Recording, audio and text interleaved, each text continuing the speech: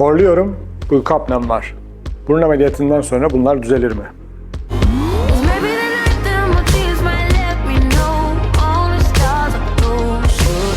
Merhaba, Doktor Osman Halikcan ben. Kulak burun boğaz ve baş boyun hastalıkları uzmanıyım. Burun ameliyatından sonra horlama ya da uyku apnesinde çok dramatik bir değişiklik beklemiyoruz. Neden?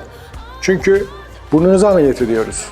Ama horlama sesi ya da uykuda nefesinizin kesilmesi durumu daha çok yumuşak damak, dil kökü, bademcik, küçük dil ve boğaz ve yutağımızdaki boruları çepeçevre çevreleyen yumuşak dokulardan kaynaklanmaktadır. Ameliyatta bu bölgelere herhangi bir müdahale yapmadığımızdan dolayı burun ameliyatından sonra uyku apnesinde ya da horlamada çok dramatik bir değişiklik beklemiyoruz.